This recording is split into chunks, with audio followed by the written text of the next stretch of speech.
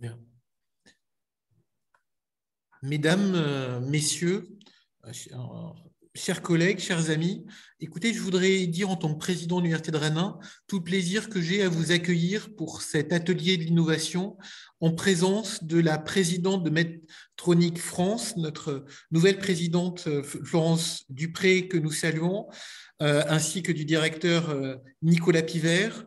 Je voulais aussi saluer notre grand invité Dominique Pont, le responsable stratégique de la transformation numérique en santé au ministère des Solidarités et de la Santé, ainsi que le titulaire de chaire qui est également vice-président de notre université et président du CRBSP, Philippe Mabot, qui est aussi responsable de la FHU sur les technologies santé du numérique. Et j'aurais aussi une pensée à l'ensemble des directeurs du LTSI, du laboratoire de traitement du signal de notre université de l'INSERM. Et donc, je salue son nouveau directeur, Fabrice Wendling. Je salue Lotfi Senadji, qui a porté et qui continue aussi à porter à ses côtés cette stratégie. Et j'aurais aussi une pensée à Jean-Louis Quatrieux, qui a maintenant plusieurs décennies à porter cette ambition. Et donc, je crois qu'aujourd'hui, en fait, cette chaire de la Fondation Rennes autour de la santé numérique, elle traduit cette ambition collective que nous portons avec l'ensemble de l'écosystème de l'innovation, avec aussi plus de 40 ans, près de 50 ans, en fait, de vision partagée. Donc, cet atelier, il se tient en fait à Beaulieu, qui est notre campus scientifique, mais en fait, il fait le lien avec Villejean, notre campus santé, avec le CHU, avec l'INSERM, avec le HESP. Et donc, je voulais aussi saluer l'action de tous ces pionniers qui ont réussi à faire briller en fait notre site avec des générations de chercheurs, d'enseignants-chercheurs, de PUPH comme Philippe, MCUPH, qui se sont mobilisés avec succès sur ces dimensions. Et ce thème, il réconcilie d'ailleurs notre université et ses campus. Et le LTSI en constitue le fer de lance, avec aussi d'autres unités, mais on a bien vraiment ce laboratoire en fer de lance. Et ce qui m'a semblé vraiment important aujourd'hui, donc c'est aussi l'occasion pour moi de vous souhaiter à tous mes meilleurs voeux de bonne année dans ce contexte un peu exceptionnel. On aurait souhaité pouvoir faire cet atelier en présentiel, comme l'on dit. Maintenant, c'est un mode hybride. Et puis, pour un séminaire qui porte sur le numérique, je pense qu'on commence malheureusement à être habitué, mais je pense que c'est un séminaire qui en annonce d'autres. Mais à l'aube de cette nouvelle année, je voulais aussi saluer cette anticipation que nous avons eue avec la présidence de Medtronic, avec aussi la présidence de la Fondation Rennes, mais aussi avec l'ensemble des acteurs, puisque je voulais faire le lien, et je crois que ça rejoint aussi la présence de M. Pont, avec la stratégie santé numérique dans le cas du 4e plan d'investissement d'avenir, le PIA4, pour faire de la France un champion de la santé numérique en Europe, en finançant l'innovation dans la médecine 5P, personnalisée, préventive, prédictive, participative et preuve, avec une stratégie d'accélération à hauteur de 650 millions d'euros de l'État, avec un effet levier estimé à plus de 1,5 milliard de la part des acteurs privés. Et je salue d'ailleurs la présence des acteurs et de Medtronic aussi dans ces réflexions, et qui vient elle-même s'intégrer dans un plan d'innovation plus ambitieux, France 2030. Voilà. Je crois que notre université, elle entend s'inscrire pleinement dans cette stratégie globale, avec sa fondation, avec tout l'écosystème d'innovation rennais et breton.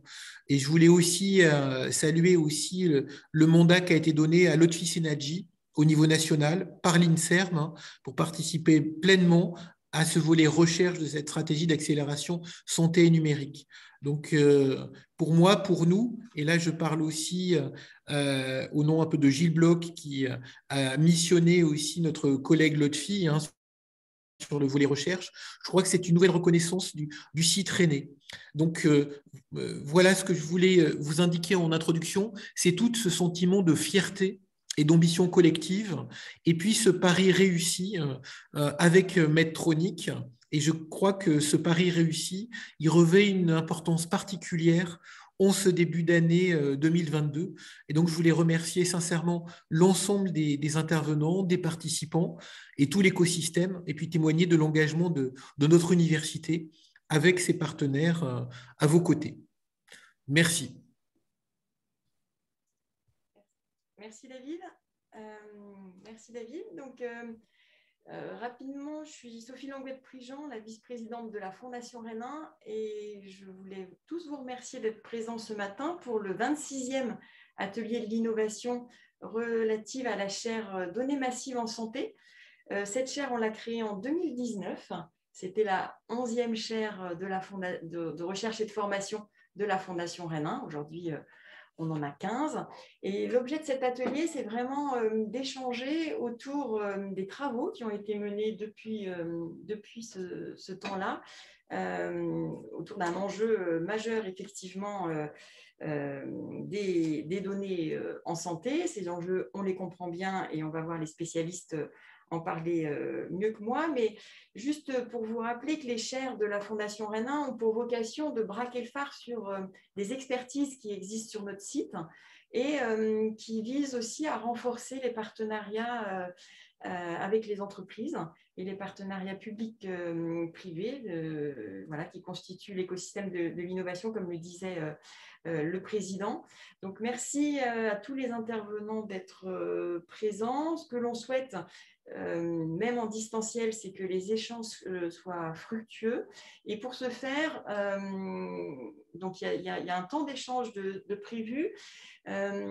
Pour optimiser le temps, n'hésitez pas à poser vos questions au fur et à mesure via le chat, on les reprendra, mais vous aurez aussi la possibilité d'intervenir en direct pendant ces temps d'échange. Donc, merci à vous tous, merci à Medtronic pour le soutien financier sur des travaux, vous allez le voir, qui sont très dans un esprit de partage et créer de la valeur pour le bienfait, le bien-être du patient et effectivement apporter des avancées dans la gestion du suivi des patients, qui est l'objectif final. Donc, merci à vous tous et je laisse la parole à Philippe Mabot, qui est le titulaire de cette chaire. Merci beaucoup, Sophie. Merci, mon cher président, pour cette introduction. Je suis très heureux aujourd'hui d'être présent et d'animer cet atelier. Bon, pour ceux qui ne me connaissent pas, je suis cardiologue, PUPH au CHU, et je m'intéresse depuis de nombreuses années aux technologies en santé et bien sûr, actuellement, le numérique qui prend une place de plus importante dans notre quotidien. Donc, nous avons essayé de construire cet atelier autour de trois interventions. Une première par M. Denis Pont, que M. le Président a déjà présentée, avec sa double casquette au niveau du ministère et du pilotage du développement du numérique en santé, qu'il va nous détailler dans sa présentation, mais aussi qui est un homme de terrain. Et je tiens à le dire, puisque Dominique Pont est aussi directeur de la clinique Pasteur, donc à Toulouse.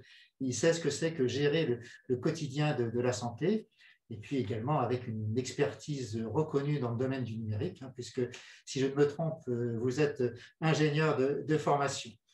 La deuxième intervention sera faite par Alfredo Hernandez, qui est donc directeur de recherche INSERM au laboratoire du traitement du signal et de l'image, donc qui est notre spécialiste dans cette chaire sur le développement des projets. Et Alfredo vous fera voir où on en est. Est-ce que la recherche a pu être conduite grâce au soutien de cette chaire, avec un soutien de la société Medtronic, que je remercie, qui est tout à fait indépendant. Ça, je crois que c'est important de le préciser. La recherche qui est développée au sein de la chaire est une recherche académique, qui bien sûr est forcément connectée au monde de l'industrie, parce qu'on utilise des prothèses qui sont développées par l'industrie, mais c'est une recherche qui est purement académique et qui fait très attention aussi à respecter toutes les règles dans ce type de recherche, et notamment tout ce qui tourne autour des données privées des patients, qui est un enjeu extrêmement important.